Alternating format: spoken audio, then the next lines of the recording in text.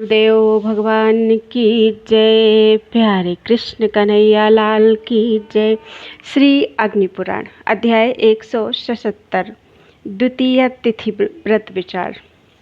श्री अग्निदेव ने कहा कि अधुना मैं द्वितीया के व्रतों का वर्णन करने जा रहा हूँ जो भोग और मोक्ष आदि देने वाले हैं। प्रत्येक मास की द्वितीया को फूल खाकर रहे और दोनों अश्विनी कुमार नामक देवताओं की पूजा करनी चाहिए। 1 वर्ष तक इस व्रत के अनुष्ठान से सुंदर स्वरूप एवं सौभाग्य की प्राप्ति हो जाती है और अंत में व्रती पुरुष स्वर्गलोक का भागी होता है। कार्तिक में शुक्ल पक्ष की द्वितीया को यम की पूजा करनी चाहिए। फिर 1 वर्ष तक प्रत्येक शुक्ल द्वितीया को उपवास पूर्वक व्रत रखे। ऐसा करने वाला पुरुष स्वर्ग में जाता है, नरक में नहीं पड़ता। अधुना अशून्य शयन नामक व्रत बतलाता हूँ जो स्त्रियों को अवैधव्य अर्थात सदा सुहाग और पुरुषों को पत्नी सुख आदि देने वाला है। श्रावण मास के कृष्ण पक्ष की द्वितीया को इस व्रत का अनुष्ठान करना चाहिए। इस व्रत में भगवान से इस तरह याचना की जाती है। वक्ष स्थल में श्री वत्स चिन्ह धारण करने वाले श्रीकांत, आप लक्ष्मी के धाम और स्वामी हैं, अविनाशी एवं सनातन परमेश्वर हैं। आपकी कृपा से धर्म, अर्थ और काम संप्रदान करने वाला मेरा गार्हस्थ्य आश्रम नष्ट ना हो। मेरे ग्रह के अग्निहोत्र की आग कभी न बुझे, ग्रह देवता कभी अदृश्य न हो, मेरे पितर विनाश से बचे रहें और मुझसे दाम्पत्य भेद ना हो। जिस प्रकार आप कभी लक्ष्मी से विलग नहीं होते, उसी तरह मेरा भी पत्नी के साथ संबंध कभी छूटने टूटने ना पावे। वरदानी प्रभु, जिस प्रकार आपकी सैया कभी लक्ष्मी से सूनी नहीं होती मधुसूदन, उसी तरह मेरी सैया भी पत्नी से सूनी ना हो। इस तरह व्रत प्रारंभ करके 1 वर्ष तक प्रतिमास की द्वितीया को लक्ष्मी और विष्णु का विधिवत पूजन करना चाहिए। सैया और फल का दान भी करना चाहिए। साथ ही प्रत्येक मास में उसी तिथि को चंद्रमा के लिए मंत्रोच्चारण पूर्वक अर्घ्य देना चाहिए। अर्घ्य का मंत्र, हे भगवान चंद्रदेव, आप गगन प्रांगण के दीपक हैं। क्षीर सागर के मंथन से आपका आविर्भाव हुआ है। आप अपनी प्रभा से संपूर्ण दिग्मंडल को प्रकाशित करते हैं। भगवती लक्ष्मी के छोटे भाई, आपको नमस्कार है। तत्पश्चात ओम श्रम श्रीधराय नमः इस मंत्र से सोम स्वरूप श्री हरि विष्णु का पूजन करना चाहिए। घम टम हम सम श्रियै नमः इस मंत्र से लक्ष्मी जी की तथा 10 रूप महात्मने नमः इस मंत्र से भगवान श्री हरि विष्णु की पूजा करनी चाहिए। रात में घी से हवन करके ब्राह्मण को सैया दान करना चाहिए। उसके साथ दीप, अन्न से भरे हुए पात्र, छाता, जूता, आसन, जल से भरा कलश, श्री हरि विष्णु की प्रतिमा तथा पात्र भी ब्राह्मण को देना चाहिए। जो इस तरह कथित व्रत का पालन करता है वह भोग और मोक्ष का भागी होता है। अधुना कांति व्रत का वर्णन करने जा रहा हूँ। इसका प्रारंभ कार्तिक शुक्ला द्वितीया को करना चाहिए। दिन में निराहार व्रत और रात में भोजन करना चाहिए। इसमें बलराम तथा भगवान श्री कृष्ण का पूजन करना चाहिए। 1 वर्ष तक ऐसा करने से व्रती पुरुष कांति, आयु और आरोग्य आदि प्राप्त करता है। अधुना मैं विष्णु व्रत का वर्णन करने जा रहा हूँ जो मनोवांछित फल को देने वाला है। पौष मास के शुक्ल पक्ष की द्वितीया से प्रारंभ करके लगातार 4 दिनों तक इस व्रत का अनुष्ठान किया जाता है। पहले दिन सरसों मिश्रित जल से स्नान का विधान है। दूसरे दिन काले तिल मिलाए हुए जल से स्नान बतलाया गया है। तीसरे दिन बचा या बच नामक औषधि से युक्त जल के द्वारा तथा चौथे दिन सबौषधि मिश्रित जल के द्वारा स्नान करना चाहिए। मुरा अर्थात कपूर कचरी, बचा अर्थात वच, कुष्ठ अर्थात कूठ, शैलेय अर्थात शिलाजीत या भूरी छरीला, 2 तरह की हल्दी, गांठ हल्दी और दारू हल्दी, कचूर, चंपा और मोथा, यह सबौषधि समुदाय कहा गया है। पहले दिन श्री कृष्णाय नमः, दूसरे दिन अच्युताय नमः, तीसरे दिन अनंताय नमः और चौथे दिन ऋषिकेशाय नमः। इस नाम मंत्र से क्रमशः भगवान के चरण, नाभि, नेत्र एवं मस्तक पर पुष्प समर्पित करते हुए पूजन करना चाहिए। प्रतिदिन प्रदोष काल में चंद्रमा को अर्घ्य देना चाहिए। पहले दिन के अर्घ्य में शशिने नमः, दूसरे दिन के अर्घ्य में चंद्राय नमः, तीसरे दिन के अर्घ में शशांकाय नमः और चौथे दिन इंद्रवे नमः का उच्चारण करना चाहिए। रात में जब तक चंद्रमा दिखाई देते हों तभी तक मनुष्य को भोजन कर लेना चाहिए। व्रती पुरुष 6 मास या 1 साल तक इस व्रत का पालन करके संपूर्ण मनोवांछित फल को प्राप्त कर लेता है। प्राचीन काल में राजाओं ने, स्त्रियों ने और देवता आदि ने भी इस व्रत का अनुष्ठान किया था।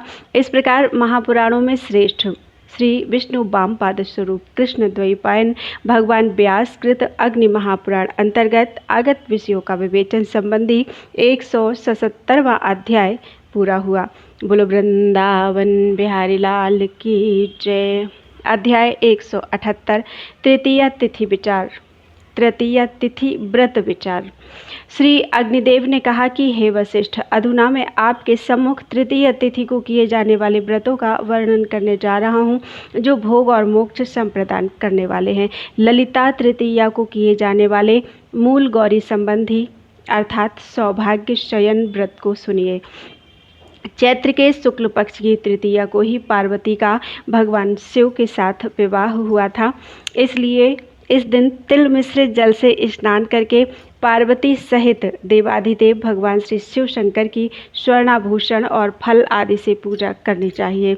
नमोस्तु पाठलायै अर्थात पाटला देवी को नमस्कार है, यह कहकर पार्वती देवी और देवाधिदेव भगवान श्री शिव शंकर के चरणों का पूजन करना चाहिए।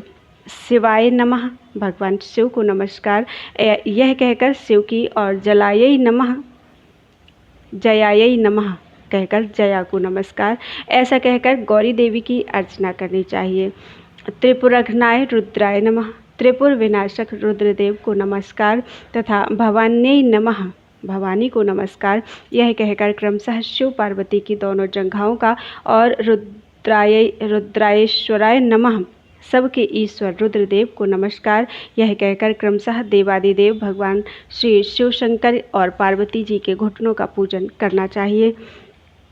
ईसायै नमः सर्वेश्वरी को नमस्कार, ऐसा कहकर देवाधिदेव भगवान श्री शिव शंकर के कटिभाग की पूजा करनी चाहिए। कोटव्यै नमः कोटवी देवी को नमस्कार और शूलपाणये नमः त्रिशूलधारी को नमस्कार, ऐसा कहकर क्रमशः गौरी देवाधिदेव भगवान श्री शिव शंकर के कुक्षी देश का पूजन करना चाहिए। मंगलायै नमः मंगला देवी को नमस्कार कहकर भवानी के और तुभ्यम नमः आपको नमस्कार, यह कहकर देवाधिदेव भगवान श्री शिव शंकर के उदर का पूजन करना चाहिए।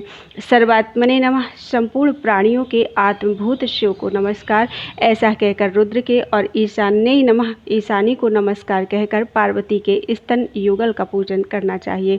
देवात्मने नमः देवताओं के आत्मभूत देवाधिदेव भगवान श्री शिव शंकर को नमस्कार कहकर शिव के उसी तरह ह्रादिन्यै नमः सभी को आह्लाद संप्रदान करने वाली गौरी को नमस्कार कहकर पार्वती के कंठ प्रदेश की अर्चना करनी चाहिए।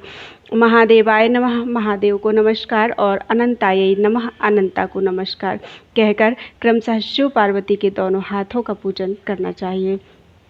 त्रिलोचनाय नमः त्रिलोचन को नमस्कार और कालानल प्रियायै नमः कालाग्नि स्वरूप शिव की प्रियतमा को नमस्कार कहकर भुजाओं का तथा महेशाय नमः महेश्वर को नमस्कार एवं सौभाग्यायै नमः सौभाग्यवती को नमस्कार कहकर शिव पार्वती के आभूषणों की पूजा करनी चाहिए। उसके बाद अशोक मधुवासिन्यै नमः अशोक पुष्प मधु से सुवासित पार्वती को नमस्कार और ईश्वराय नमः ईश्वर को नमस्कार कहकर दोनों के ओष्ठ भाग का तथा चतुर्मुख प्रियायै नमः चतुर्मुख ब्रह्मा की प्रिय पुत्र वधू को नमस्कार और अराय स्थाणवे नमः पापहारी स्थाणु स्वरूप शिव को नमस्कार कहकर क्रमशः गौरी देवाधिदेव भगवान श्री शिव शंकर के मुख का पूजन करना चाहिए। अर्धनारीशाय नमः अर्धनारीश्वर को नमस्कार कहकर शिव की, और अमितांगाय नमः अपरिमित अंगों वाली देवी को नमस्कार कहकर पार्वती की नासिका का पूजन करना चाहिए। उग्राय नमः उग्र स्वरूप शिव को नमस्कार कहकर लोकेश्वर शिव का, और ललितायै नमः ललिता को नमस्कार कहकर पार्वती की भौहों का पूजन करना चाहिए।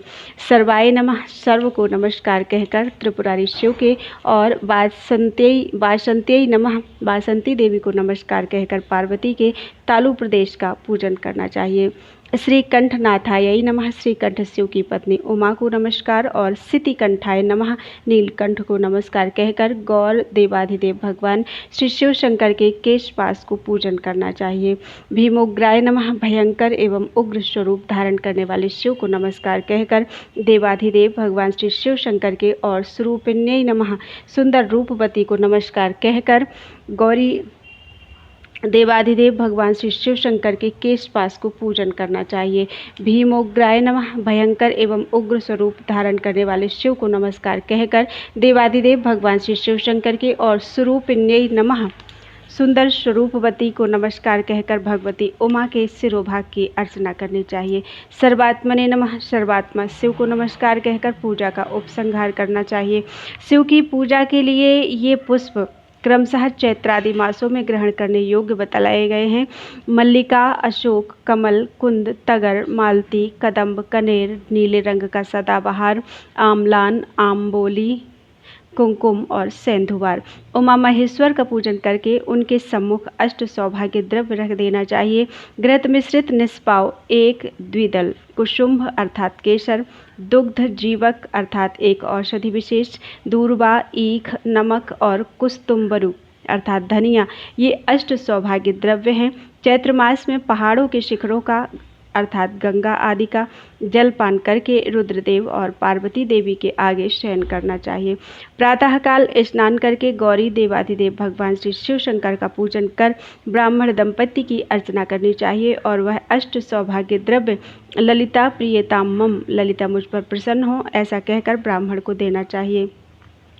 व्रत करने वाले को चैत्रादि मासों में व्रत के दिन क्रमशः यह आहार करना चाहिए। चैत्र के श्रृंग जल अर्थात झरने का जल, वैशाख में गोबर, ज्येष्ठ में मंदार अर्थात आक का पुष्प, आषाढ़ में बिल्वपत्र, श्रावण में कुश जल, भाद्रपद में दही, आश्विन में दुग्ध, कार्तिक में घृत मिश्रित दधि, मार्गशीर्ष में गोमूत्र, पौष में घृत, माघ में काले तिल और फाल्गुन में पंचगव्य। ललिता, विजया, भद्रा, भवानी, कुमुदा, शिवा, वासुदेवी, गौरी, मंगला, कमला और सती। चैत्रादि मासों में सौभाग्याष्टक के दान के समय उपरोक्त नामों का प्रियताम मम से संयुक्त करके उच्चारण करना चाहिए। व्रत के पूर्ण होने पर किसी एक फल का सदा के लिए सदा के लिए त्याग कर दें तथा गुरुदेव को तकियों से युक्त सैया, उमा महेश्वर की स्वर्ण निर्मित प्रतिमा एवं गौ शहद वृषभ का दान करना चाहिए। गुरु और ब्राह्मण दंपत्ति का वस्त्र आदि से सत्कार करके साधक भोग और मोक्ष दोनों को प्राप्त कर लेता है।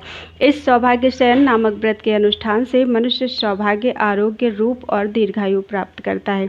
यह व्रत भाद्रपद, वैशाख और मार्गशीर्ष के शुक्ल पक्ष की तृतीया को भी किया जा सकता है। इसमें ललितायै नमः, ललिता को नमस्कार, इस तरह कहकर पार्वती का पूजन करना चाहिए। उसके बाद व्रत की समाप्ति के समय प्रत्येक पक्ष में ब्राह्मण दंपत्ति की पूजा करनी चाहिए। उनकी 24 वस्त्र आदि से अर्चना करके मनुष्य भोग और मोक्ष दोनों को प्राप्त कर लेता है। सौभाग्य शयन की यह दूसरी विधि बतलाई गई है। अधुना मैं सौभाग्य व्रत के विषय में कह रहा हूँ। फाल्गुन आदि मासों में शुक्ल पक्ष की तृतीया को व्रत करने वाला नमक का परित्याग करना चाहिए। व्रत समाप्त होने पर ब्राह्मण दंपत्ति का पूजन करके भवानी प्रियताम, भवानी प्रसन्न हो कहकर सैया और संपूर्ण सामग्रियों से युक्त गृह का दान करना चाहिए। यह सौभाग्य तृतीया व्रत कहा गया है जो पार्वती आदि के लोगों को संप्रदान करने वाला है। इसी तरह माघ, भाद्रपद और वैशाख की तृतीया को व्रत करना चाहिए। चैत्र में दमनक तृतीया का व्रत करके पार्वती की दमनक नामक पुष्पों से पूजा करनी चाहिए। मार्गशीर्ष में आत्म तृतीया का व्रत करना चाहिए। इसमें पार्वती का पूजन करके ब्राह्मण को इच्छानुसार भोजन कराएं। मार्गशीर्ष की तृतीया से प्रारंभ करके क्रमशः पौष आदि मासों में उपरोक्त व्रत का अनुष्ठान करके निम्नलिखित नामों का प्रियताम से संयुक्त करके कहें: गौरी, काली, उमा, भद्रा, दुर्गा, कांति, सरस्वती, वैष्णवी, लक्ष्मी, प्रकृति, शिवा और नारायणी। इस तरह व्रत करने वाला सौभाग्य और स्वर्ग को प्राप्त करता है। इस प्रकार महापुराणों में श्रेष्ठ श्री विष्णु वामपाद स्वरूप कृष्ण द्वैपायन भगवान व्यासकृत अग्नि महापुराण अंतर्गत आगत विषयों का विवेचन संबंधी 178वां अध्याय पूरा हुआ। बोलो वृंदावन बिहारी लाल की जय।